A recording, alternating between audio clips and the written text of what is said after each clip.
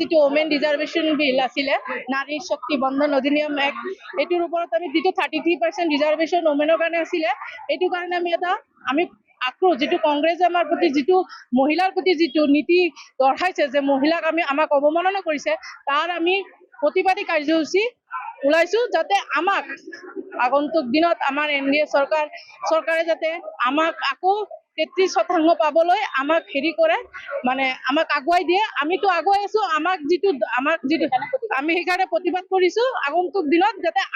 আমাৰ যিটো বিল পাছ নহল সেইটো আমাৰ বিল পাছ অধিকাৰ লাগিব আমি আমাৰ অধিকাৰৰ পৰা কেতিয়াও হেৰি নহওঁ আমাৰ অধিকাৰ লাগিব আমাৰ অধিকাৰ বঞ্চিত আমি কেতিয়াও নহওঁ আমাৰ অধিকাৰ লাগিব আমাৰ ভাৰতবৰ্ষৰ যি গণতান্ত্ৰিক দেশ সেই গণতান্ত্ৰিক দেশত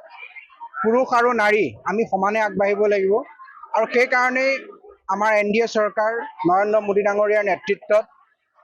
বিজেপি অগপ আৰু NDA চৰকাৰৰ আমাৰ সংসদত বিশেষ সংসদৰ অধিৱেশন আহ্বান কৰি সমষ্টি পুনৰ নিৰ্ধাৰণ আৰু নাৰী সংৰক্ষণ বিধেয়ক সংশোধনী যি আনিব বিচৰা হৈছিলে সংসদত উত্থাপন কৰা হৈছিলে অতি আচৰিত আৰু দৃষ্টিকটুভাৱে কংগ্ৰেছে এই আইনখনৰ বিৰোধিতা কৰি পেলাই তেওঁলোকৰ নাৰী বিৰোধী চৰিত্ৰ উদঙাই দিলে যাৰ কাৰণে আজি আইনখন সংসদত গৃহীত নহ'ল আৰু নাৰীয়ে নিজৰ সুৰক্ষা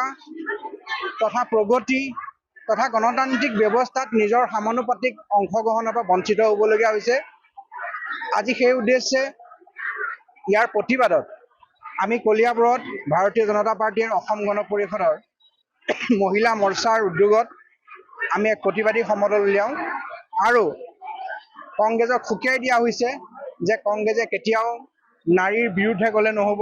নাৰীৰ গণতান্ত্ৰিক অধিকাৰ উভতাই দিবৰ কাৰণে আমি দুয়োটা দল বদ্ধপৰিকৰ আগন্তুক দিনত এই ক্ষেত্ৰত আমি এই আইনখন আনিবলৈ পুনৰ দুয়োটা দলে ব্যৱস্থা গ্ৰহণ কৰিব আৰু কংগ্ৰেছে নাৰী বিৰোধী এনে চক্ৰান্তৰ পৰা আঁতৰি থাকিবলৈ আমি সকীয়াই দিছোঁ আপুনি বিচৰা বাতৰি পাব কেৱল নিউজ 18 এপত নিউজ 18 এপ ডাউনলোড কৰিবলৈ স্কেন কৰক এই QR কোড গুগল প্লে ষ্টৰতো পাব এই নিউজ 18 এপ